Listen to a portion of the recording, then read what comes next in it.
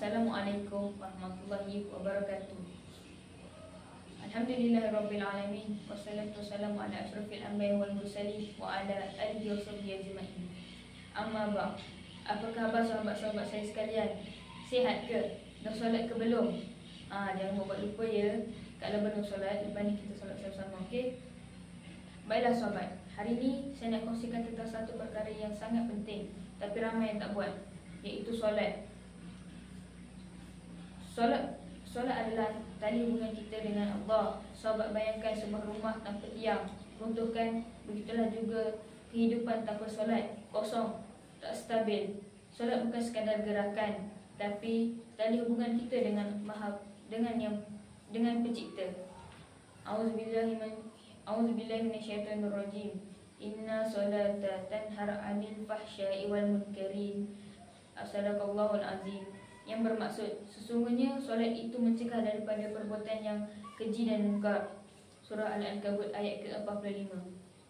Allah bukan sahaja suruh kita solat, tapi Allah tunjukkan fungsinya, iaitu menahan diri daripada buat maksiat. Jika kita jaga solat, solat akan jaga kita. Ibrahnya, orang yang jaga solat, tutur katanya dijaga. Solat lima waktu ibarat kita check in dengan Allah. Cuba tanya diri sendiri, aku dah jujur ke hari ini? Dah buat baik dengan orang ke? Solat sebagai sumber ketenangan jiwa.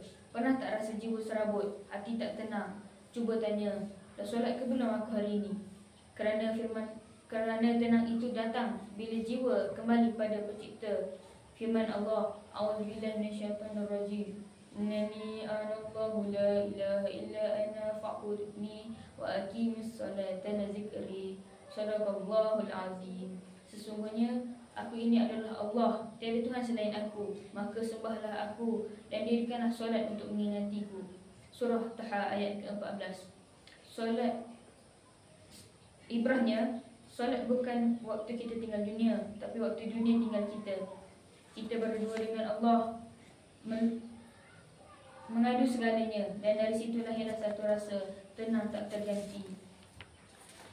Sabda Rasulullah SAW, perkara yang pertama yang akan dihisap pada hari kiamat ialah solat. Jika baik solatnya, maka baiklah seluruh amalannya. Hadis riwayat Tirmizi. Sahabat pernah dengar tak tentang kisah Bilal bin Rabah, sahabat Nabi yang kulitnya hitam tapi hatinya bersinar? Dulu dia diseksa kerana Islam, diheret di padang pasir yang panas. Lalu apa yang keluar dari mulutnya?